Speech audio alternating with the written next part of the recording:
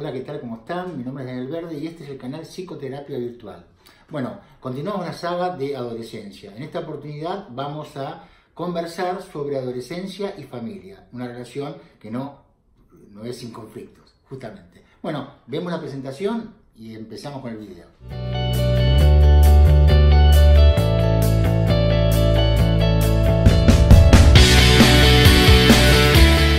Decíamos la vez pasada que la adolescencia tiene sentido en si cumple una tarea, y la tarea del adolescente por la que está es justamente hacerse adulto, es justamente este pasaje de la endogamia a la exogamia, de nacer y producirse en una familia, este sujeto, para ahora pasar a él tener una familia. Obviamente un individuo puede no llegar a tener familia, pero va a ser un individuo creativo o productivo, su ser adulto se va a desarrollar por algún lado. Entonces, ese pasaje es justamente el sentido de la adolescencia.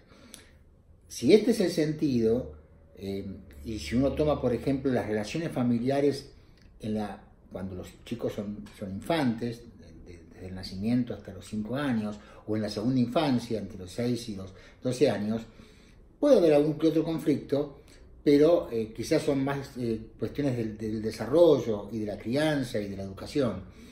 No hay conflictos importantes en este periodo. En cambio, en la adolescencia, cuando los hijos son adolescentes, la relación con los padres necesariamente se va a conflictuar. ¿Por qué? Porque hay una serie de conflictos que son más o menos prototípicos y que se dan en mayor o menor grado en todas las familias. Uno de estos problemas o conflicto, aclaro para la gente que no está entrenada en psicología, no es una mala palabra, no es algo negativo. Siempre que hay relaciones humanas puede llegar a ser conflictivas. Entonces, justamente en la adolescencia estos conflictos son los que hacen que se produzca este cambio, esta crisis y este cambio para que el adolescente pueda llegar a ser justamente adulto. Me refería entonces, uno de los conflictos más o menos típicos es el conflicto generacional, que tiene que ver con el choque de valores. Todos sabemos que cada generación aporta nuevos valores, nuevas ideas, nuevas cuestiones, nuevas modas, nuevas costumbres. A veces son iguales a las anteriores y tienen otro ropaje, otra forma. Pero el tema es que desde la perspectiva del adolescente, el adolescente siente que descubre un mundo nuevo y que ese mundo es totalmente distinto del de sus padres. Y asimismo, para los padres en general, tienen la idea de que el mundo verdadero, el mundo lógico, el mundo es el mundo de ellos, el de los adultos, y estos chicos son revolucionarios que quieren cambiar todo. Entonces, eso genera un conflicto de valores que es más o menos típico entre los padres y los hijos. ¿Cómo tramitar esto? ¿Cómo mantener siempre canales de diálogo? Lo decía la vez pasada. Recuerden que el chico y la chica adolescentes buscan más como confidente, como sujeto de confianza al par, al amigo, más que a los padres, salvo en situaciones graves. En general, la clínica por lo menos a mí me enseña que cuando un chico está en situación grave, ahí acude a un familiar, a papá, mamá o a algún familiar o a un adulto responsable que le da una buena orientación, ¿no?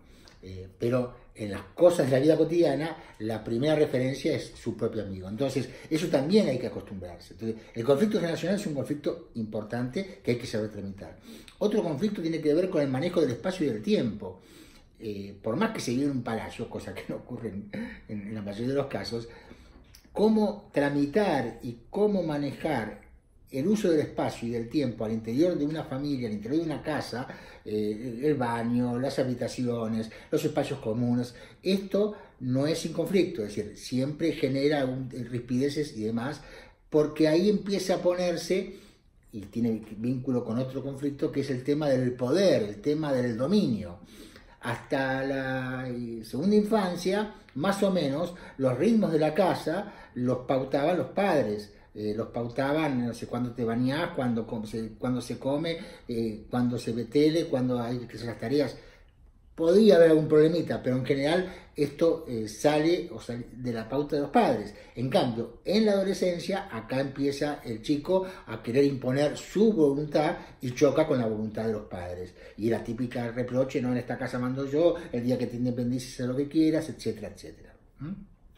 Además, el adolescente va y viene. muchas veces muestra esta tendencia a la independencia y imponer su voluntad, y después a veces se hace chiquitito, pega una regresión y busca el cobijo de la mamá o del papá. Esto es bastante común también. Así que cómo se maneja el espacio y el tiempo es otra de las cuestiones al interior de la casa, sobre todo, ¿no? O la toma de decisiones.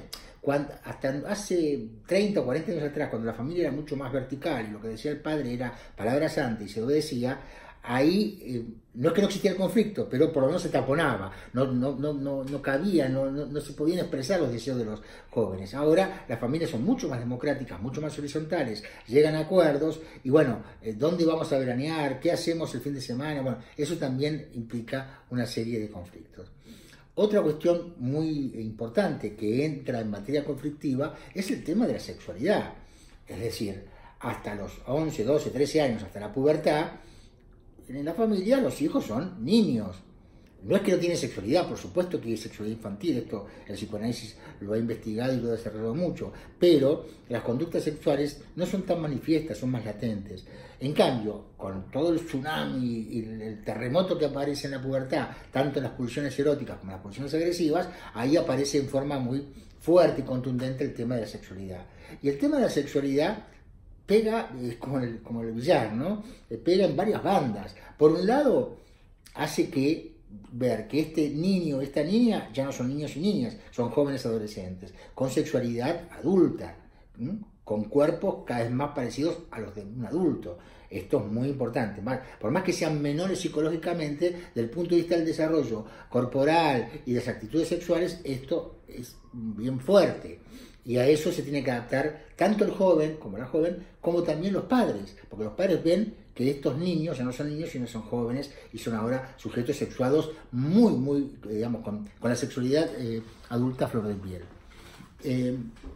Y asimismo, aceptar las decisiones sexuales y las decisiones de vida en general que tienen estos jóvenes.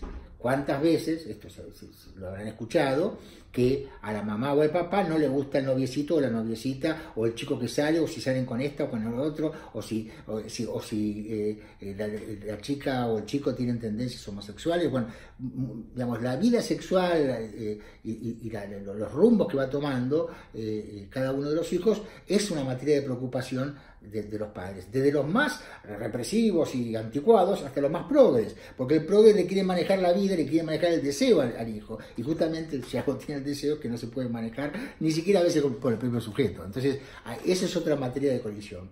Además hay un hecho muy contundente que tiene que ver con la represión sexual, con la denegación sexual, con el hecho de negar la sexualidad. A los padres les resulta muy difícil representarse a sus hijos como sujetos sexuados. Y la inversa también vale, yo diría, vale tanto o más. A los adolescentes les cuesta muchísimo, recién en la adultez, por ahí, quién sabe, imaginarse a sus propios padres como sujetos sexuados, como sujetos de deseo, como imaginarse, no sé, a la mamá y al papá excitados. Estas situaciones son sorprendentes. A veces cuando pasan y por ir a una fiesta o si tomar una copa de más, pueden percibir la excitación de los padres, ahí esto genera mucho escozor, porque es como que los padres son asexuados, como digamos, que él vino de un repollo y que los padres no tienen sexo. A ver, lo entienden intelectualmente, más vale que los padres tienen sexo, pero la escena en sí misma de ver a los padres como sujetos sexuados es tan repugnante y rechazada por los padres respecto de los hijos como de los hijos con respecto a los padres. Es decir, como que ninguno de los dos se ve en su verdadera realidad. Así que esto también es un conflicto que hay que ir tramitándolo, y a medida que van creciendo, bueno, los padres terminan aceptando el noviecito, la noviecita, si es gay, si es lesbiana, si es lo que se le ocurra hacer, lo terminan aceptando porque, bueno, prevalece más, por lo general, ¿no?, el amor a la persona a manejarle los gustos y los deseos a los hijos, ¿no? En esto a la larga hay una aceptación. Otra cuestión que es materia de conflicto es el manejo de la libertad, del espacio, pero no el espacio hogareño, el espacio de la afuera. ¿Cuándo puedo salir? ¿Cuándo no puedo salir? El manejo del dinero, que tiene que ver también con la libertad. Sobre todo en las familias donde los padres son proveedores de dinero de los hijos. Distinto si los hijos trabajan o tienen alguna changa y aportan dinero a la casa o se manejan con sus gastos. Pero en general, Si los padres proveen de dinero, ahí también el dinero pasa a ser un elemento de dominio de poder, de restricción o de habilitación con relación a la vida de los chicos. Y esto estoy tomando como si los padres fueran una sola persona y a su vez una sola persona sin contradicciones. La realidad real es otra. Los padres, cada uno tiene sus contradicciones y entre sí tienen muchas contradicciones.